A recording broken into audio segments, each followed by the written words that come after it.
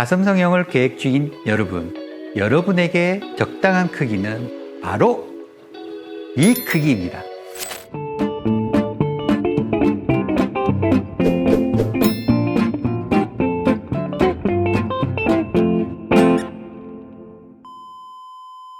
안녕하세요. 여러분의 가슴 평생 주치 유베이 성형외과 원장 박성철입니다.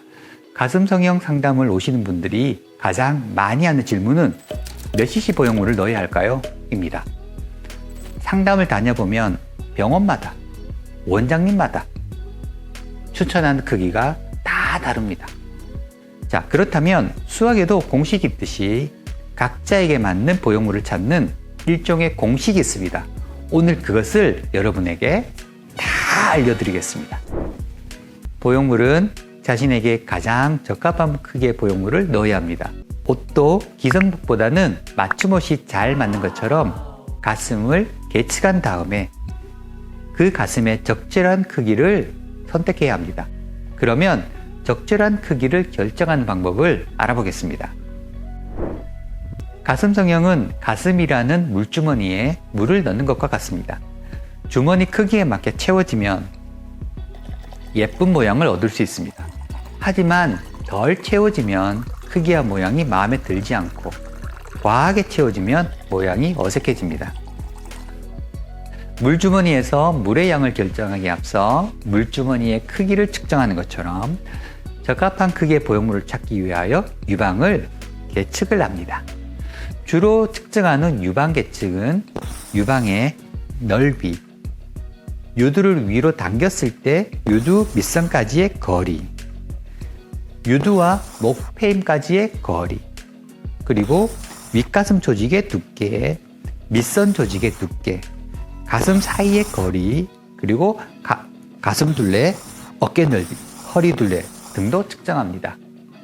자, 여기에서 유방의 넓이는 가슴방의 넓이를 결정하는 것으로 들어가는 보형물의 직경을 결정하는 가장 중요한 인자입니다.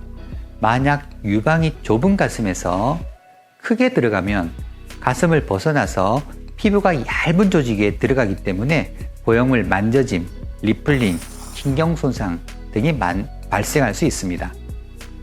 유두 밑선까지의 거리는 유두를 위로 잡아 당긴 다음에 유두에서 밑선까지 거리를 측정합니다.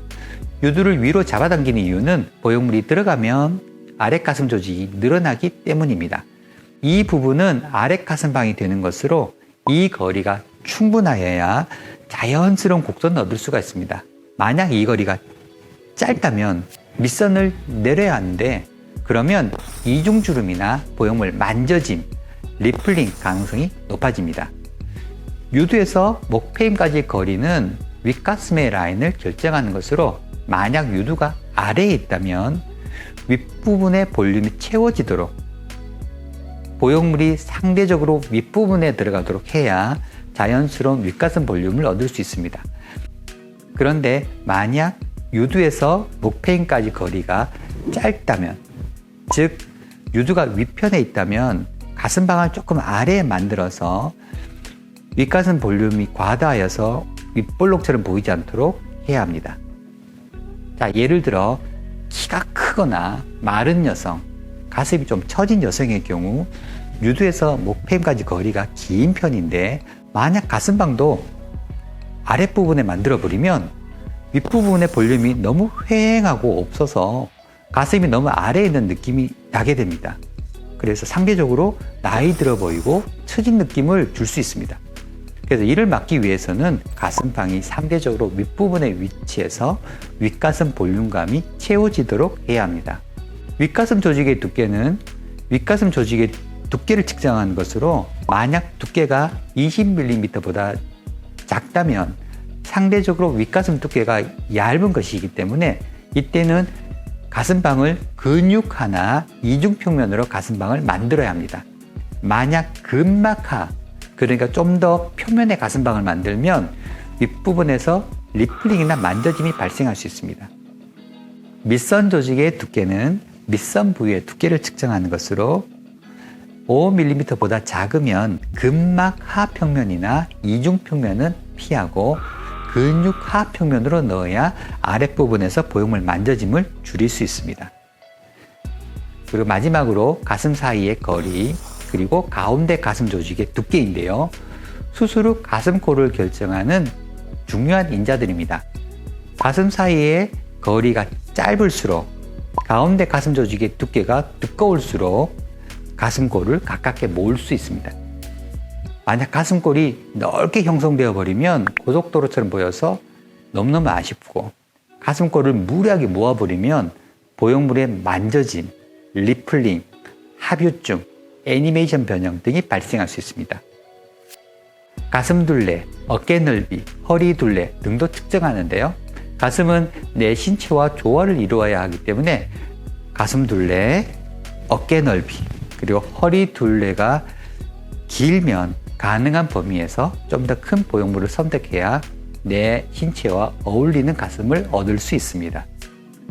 또한 피부 탄력도를 측정해서 피부가 너무 단단해서 잘 늘어나지 않으면 좀 더 작은 보형물을 넣고, 잘 늘어나는 타입이면 좀 더 큰 보형물을 넣을 수 있습니다. 위에서 말씀드린 적절한 크기보다 작거나 큰 보형물을 선택하면 어떤 문제점이 발생할 수 있을까요? 자, 먼저 작은 보형물을 넣은 경우입니다.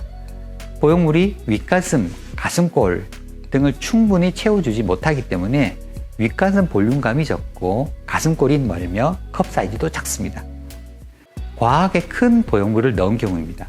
그러면 윗볼록 보형물 만져짐, 리플링, 신경손상, 가슴의 처짐, 합유증, 애니메이션 등이 발생할 수 있습니다. 윗볼록은 상대적으로 아랫가슴보다 윗가슴이 비정상적으로 볼륨감이 많은 경우인데요. 보형물을 너무 큰 보형물을 넣거나 가슴방을 너무 윗부분에 만들었습니다. 아랫 가슴방은 한정적인 데 비해 큰 보형물이 들어가면 윗부분에 상대적 볼륨이 많아져서 이렇게 윗볼록이 발생하게 됩니다. 보형물 만져짐, 리플링은 보형물이 커질수록 피부는 더 많이 늘어나게 되며, 또한 얇은 가슴 바깥쪽에 상복부와 옆구리 조직 밑에 보형물이 놓여지게 되면서 만져짐이 심해지고, 정말 심하면 보형물의 쭈글거림이 눈에 보이기까지 하는 리플링이 발생할 수 있습니다. 신경손상. 신경손상은 가슴방의 내측, 외측에서 신경이 많이 지나가는데 과하게 넓은 보형물을 넣기 위해서 내 외측으로 과하게 박리를 하면 신경손상이 발생할 가능성이 높아집니다. 가슴의 처짐. 큰 보형물이 들어가면 조직은 과하게 늘어나게 되고, 그러면 조직은 좀 더 빨리 처지게 됩니다. 늘어난 조직이 아래로 처지면서 보형물은 윗부분에 있고 유두와 가슴 조직은 아래로 처지는 스누피 변형 아니면 폭포수 변형이 발생하게 됩니다. 합유증. 가슴이 서로 붙어버리는 것을 말하는데요. 가슴 사이가 멀고 가운데 가슴 피부가 얇은 경우에 과하게 가슴골을 모으면 가슴이 서로 붙어버리는 합유증이 발생할 수 있습니다. 자, 그럼 위에 공식대로만 그러면 넣어야 하는 걸까요? 이론은 이러하지만 실전은 또 다릅니다.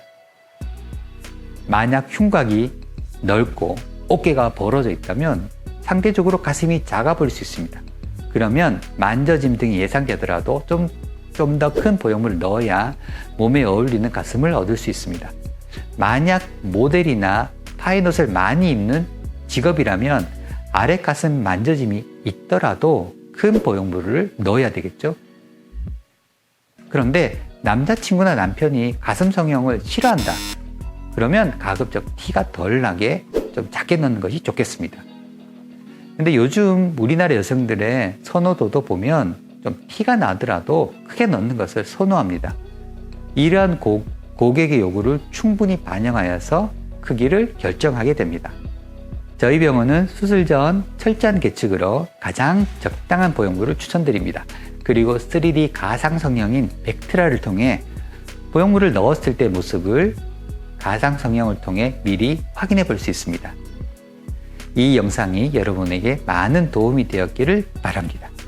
그리고 저는 여러분의 좋아요와 구독을 기다리고 있겠습니다. 여러분 사랑합니다.